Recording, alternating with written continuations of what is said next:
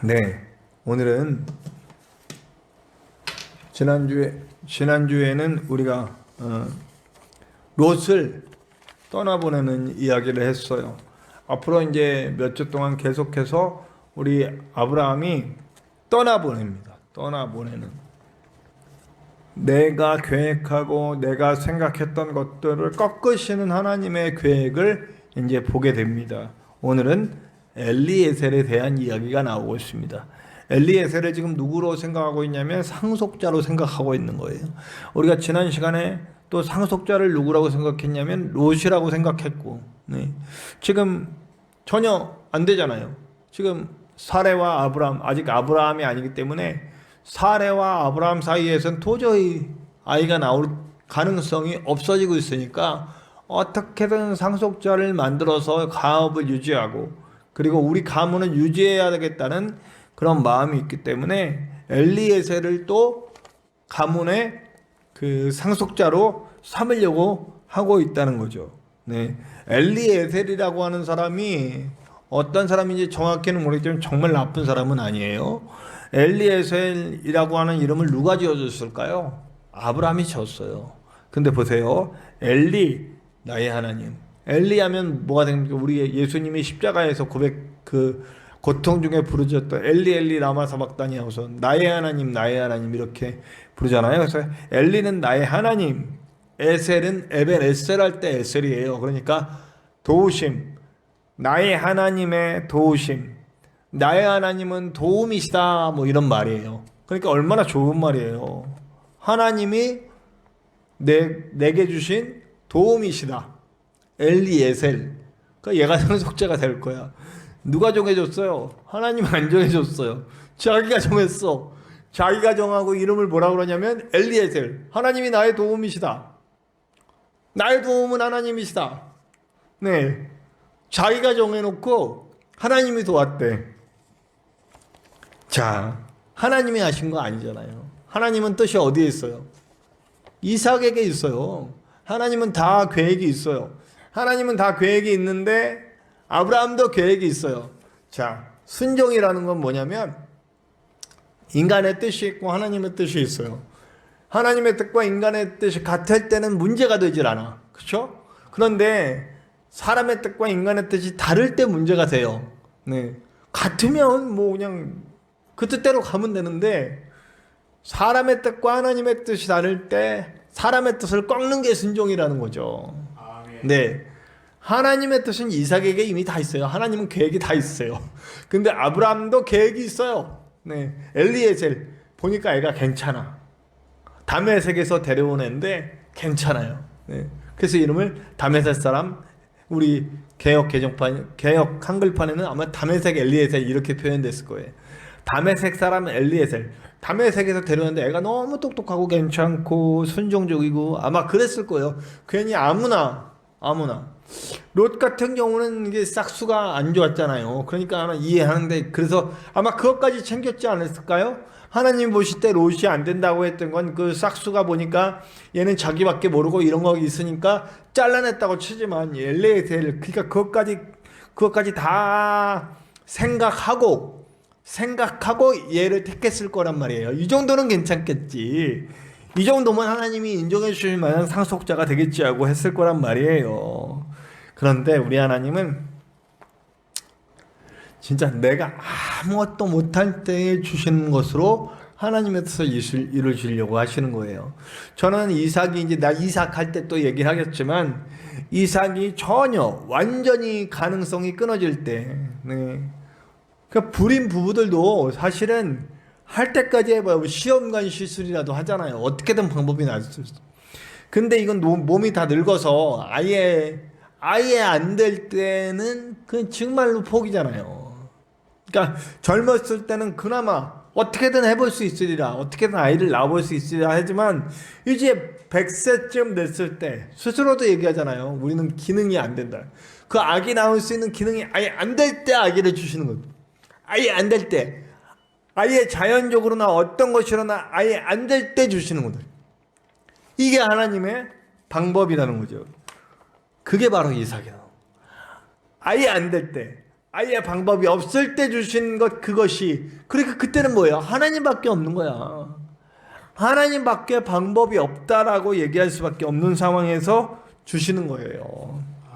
사실 아브라함이 굉장히 두려웠어요. 오늘 말씀을 보면 아브라함에게 하나님이 나타나서 뭐라 그러냐면 두려워하지 말라. 왜 두려웠을까요?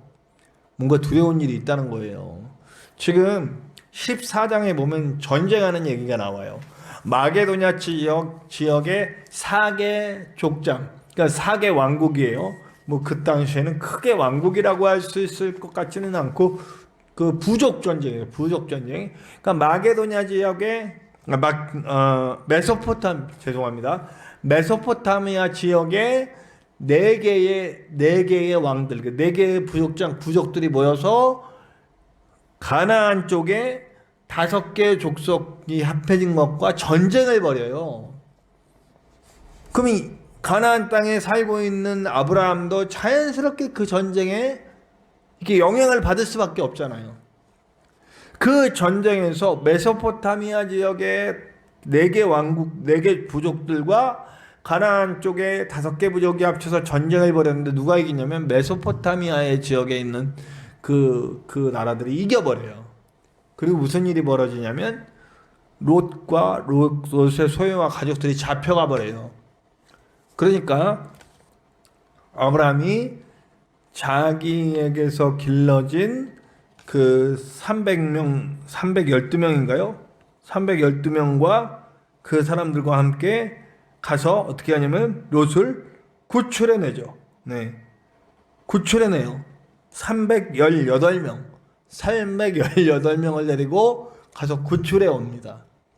그런데 여기 보면 아브라함이 아모리 족속들과 13절에서 16절에 보면 그 14장 13절에서 16절에 보면 어떤 내용이 나오냐면 아모리 족속과 동맹을 맺고 있다 하는 얘기가 나와요. 자, 아모리 족속이 어떤 족속이에요? 이제 오늘 말씀에도 나오지만 아직까지는 악하지 않았다 그러는데 나중에 아모리 족속은 제거해야 될 백성들이에요. 나중에 전 이스라엘을 방해하고 이스라엘이 가나안 땅으로 들어가는 거 방해하고 못하게 하고 별별 난리를 다치는 족속이 아모리 족속이에요. 나중에 그런 족속인데 지금 아브라함은 그들과 동맹을 맺고 있다는 거죠. 지금 어떤 얘기냐면 그러면 이 318명이 온전히 자기 집에서 기른 백성이냐? 아니라는 얘기예요. 도움을 받은 거예요. 318명의 군사가 그 당시에 부족 시대에 그렇게 쉽게 한 집안에서 만들어지기 쉽지 않은 그런 얘기예요. 그러니까 아모리 족속과 근처에 있는 사람들과 연관되어 있기 때문에 그 사람들의 지원을 받고 간 거예요. 지금 전쟁에서 졌잖아요. 이 사람들도 분하잖아요. 그러니까 아브라함이 이 사람들을 대표해서 가서 대신 싸워가지고 밤에 기습해가지고 그 메소포타미아 지역에 끌려가 있는 조카 롯을 구원하기 위해서 들어가가지고 데리고 온 거예요. 기습해서 밤에. 그래서 두려운 거예요. 내가 기습해서 롯을 데리고 오고 다 취해왔으니까 또다시 메소포타미아 지역의 왕들이 이겼잖아요. 가나안을. 그 정도로 강한 민족, 강했다는 거예요. 그 족속들이. 그럼 그 강한 족속이 자기들이 당해놓고 가만히 있겠느냐? 또 쳐들어올 수 있다는 거죠. 아브라함을. 그러니까 두려움에 떨고 있는 거예요. 거기다 자기는 대를 이을 자손도 없어. 그러니까 누구든 세워놔야 돼. 우리 집을 든든하게. 세워놓으려면 상속자가 있어야 되는데 그랬더니 가만히 봤더니 지금 이 쳐들어간 곳이 또 어디냐? 다메섹 지역에 다메섹까지 쫓아갔다는 얘기가 나와요. 14장에. 그 메소포타미아 지역에 있는 사람들을 치러 가서 롯을 구원하기 위해 다메섹 근방까지 갔다라는 얘기예요. 그때 데리고 온 사람일 확률이 높아요. 그리고선 가만히 봤더니 얘가 똑똑하고 아까 얘기했듯이 정말 아들 삼을 만해. 그리고 애도 착하고 롯처럼 자기만 알지 않고 정말 자기 생각 그대로 잘 하니까 넘겨주려는 거예요. 자, 이 아들을 넘겨주려고 할 때 그 모든 행동들, 이 전쟁에 참여하고 이런 모든 행동들이 뭐예요? 사실은 하나님 의지하는 거 아니잖아요. 사람 의지하고 있잖아. 사람 의지하고 사람의 방법으로 계속. 아브라함도 보면 이렇게 계속 이게 고쳐지는 과정이에요.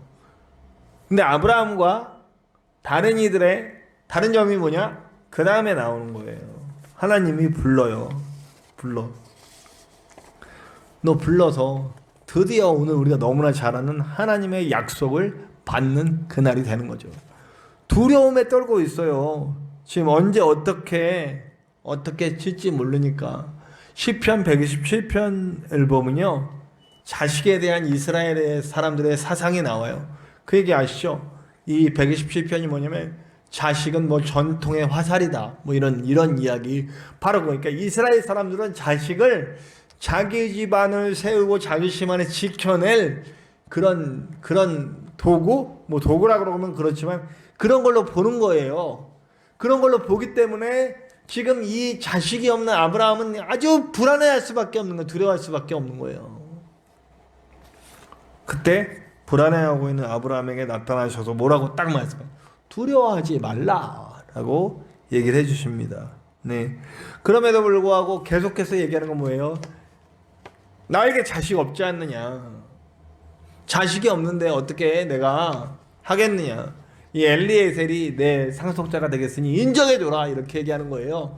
두려워하지 말라. 두려움의 이유를 지금 얘기하는 거죠. 곧바로 두려워하지 말라 그랬는데, 두려워하는 이유는 내가 자식이 없어서 내 가문이 무너질 것 같은 그런 위기에 있습니다 라고 얘기하는 거예요. 그러니까 하나님은 곧바로 데리고 나갑니다. 네. 그러니까 이 얘기는 뭐냐면, 내가 얘를 하나님이 인정해 주신 이 엘리에셀을 당신이 약속한 이 가나안 땅에서 내리고 이거 복이 될지란 그 땅에 충만해져서 땅을 정복하고 이 땅을 하나님의 나라로 만들 그런 내 가문을 만들어 주시는데 지금까지 안 되고 있으니까 하나님의 뜻을 얘를 승인해 주면 내가 안정되게 앞으로 승인해 줘라. 얘를 엘리에셀을 정했으니까 얘로 정했으니까 당신이 오케이만 하면 얘로 밀고 갈게요, 이 얘기예요. 자, 우리가 이런 방법 많이 쓰잖아요. 우리가 이런 방법 진짜 많이 쓰죠. 내가 다 계획해놓고 내가 다 짜놓고 하나님 이거 해줘요, 승인해줘요, 사인해 주십시오. 하나님은 절대 사인 안 해주시. 왜냐면 하나님 계획이 있으니까. 하나님 계획이 있으니까 나를 꺾어야 돼. 그러려면 어쩔 수 없어요. 꺾어줘야지. 근데 아브라함이 다른 점은 데리고 나가서 무별들을 보여주잖아요. 우리가 다 아는 그 무별들을 보여줘. 하늘에 그냥 은하수가 쫙 펼쳐지고 셀 수가 없지. 그 별을 어떻게 다. 제가 많이 말씀드렸지만 그 하늘의 별을 다 우리가 이 공에 다 제거해버리고 보면 하늘에 빽빽하게 꽉 차는 게 별이라고. 도저히 셀 수 없을 만큼. 진짜 수십억 개의 별 다 세보진 않았지만 어쨌든 엄청난 별들이 그 안에 있다고요. 그러니까 공해가 하나도 없는 그때에 그 밤에 펼쳐진 그 장관별은 얼마나 많겠어요. 롯을 보내시고 난 다음에 땅을 다 보시고 티끌 같이 이 모래알 같은 많은 백성들을 주겠다고 하시고, 또 다른 약속은 하늘의 별과 같은 백성들을 주겠다라고 하는 약속을 주시잖아요. 네. 근데 아브라함의 정말 대단한 점은 여기서 자기를 꺾는다는 거예요. 지금까지 실패했던 사람들은 안 꺾어. 실수를 해도 그냥 이대로 갈래요 하고 안 꺾어. 근데 아브라함의 대단한 점은 꺾는다는 거죠. 아브라함이 그것을 믿으니 그것을 의로 여겼더라. 그래서 예수님도 바울도 이 아브라함의 믿음에 대해서 얘기하시잖아요. 하나님이 의로 여기는 것은 너희들의 행동이나 너희들의 어떤 그런 율법을 잘 지키는 일이 아니라 아브라함이 하나님을 믿을 때에 그것을 의로 여겼다. 그래서 의인은 믿음으로 말미암아 살리라 라고 하는 말이 이 말씀에서 인용돼서 나왔죠. 그러니까 아브라함의 믿음이 결국 왜가 된 거예요. 근데 더 놀라우는 일은 그 다음에 일어나요. 자, 보면 일단 첫 번째는 내가 누군지 일단은 소개를 해주는 거죠. 다시 한번 내가 누구냐 물어보듯이 누굴까요?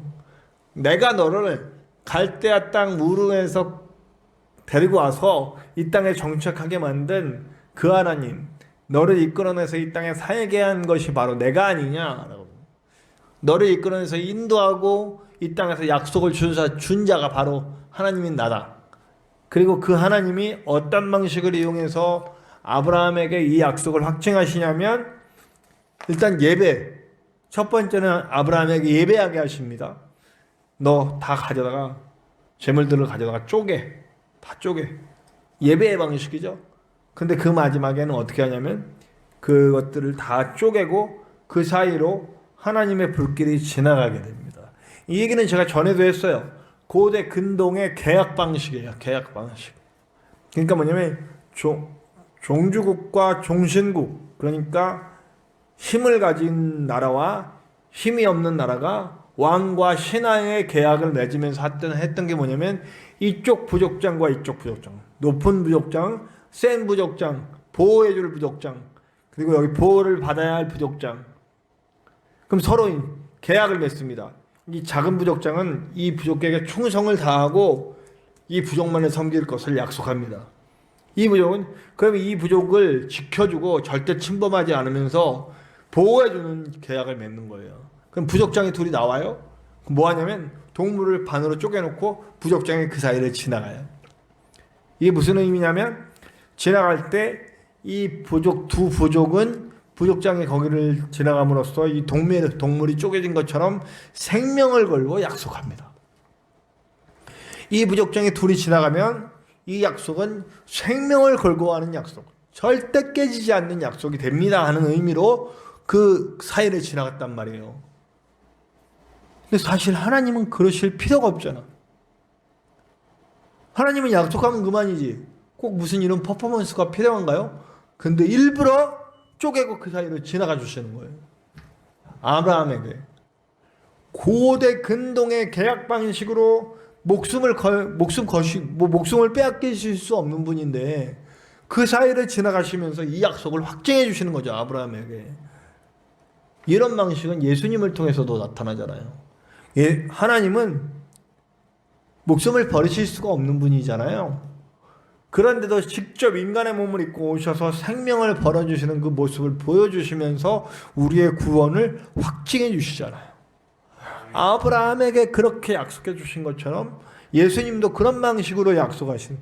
그러니까 우리 하나님이 얼마나 대단하신 하나님이냐면 이런 일반 온갖 잡신하고는 비길 수가 없는 게 직접 행동하시는 하나님이에요.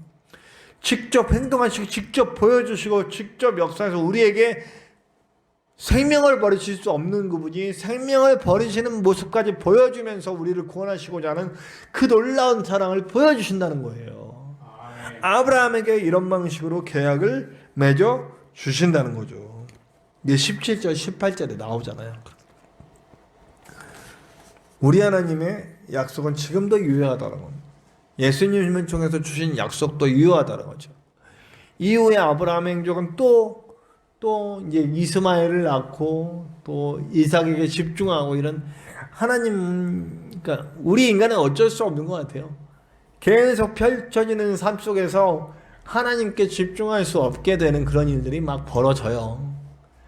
아브라함은 너무 연약해서 계속 쓰러지죠. 계속 거기에 휩쓸려 가죠. 그러나 아브라함이 정말 대단한 것은 다시 돌아온다는 거예요. 하나님이 말씀하시면 알아듣는다는 거예요. 자, 그럼 우리는 그렇게 될 수 있느냐? 자, 우리의 믿음이 항상 시험 받습니다. 왜냐하면 사탄은 끊임없이 자기의 방법으로 우리를 끌어내려야 돼요. 하나님으로부터 멀어지게 해야 돼. 예수 그리스도로부터 멀어지게 해야 돼. 우리의 구원의 기억을 막 지워버려야 돼. 그래서 아무 일도 할 수 없는 그런 손발 꼭꼭 묶인 자가 돼야 돼요. 잘못된 경우에는 배교해가지고 목숨까지도 빼앗기기도 했어요. 우리 초대교회.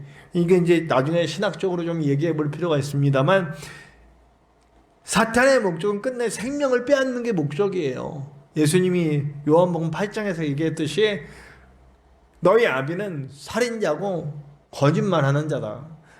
살인이 목적인데 살인의 도구가 거짓말이다. 꿰가지고 싹 빼.